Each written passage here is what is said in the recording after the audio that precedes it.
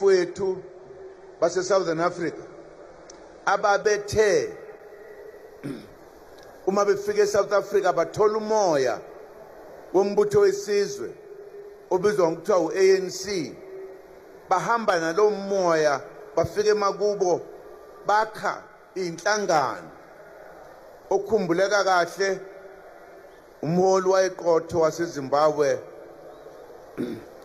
owahola iqembu okuthiwa iZAPU uNkomo. Abamaningi ke amaqembu akhiwa ngaphandle naleli gama. AmaNgisi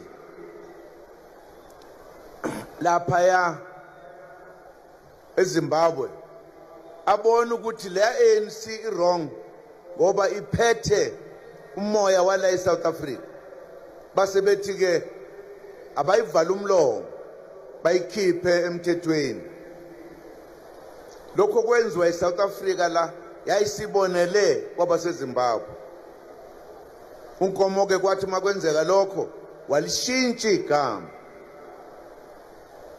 wathi lungile iANC yethu bayivalile, wayesakha iZAPU.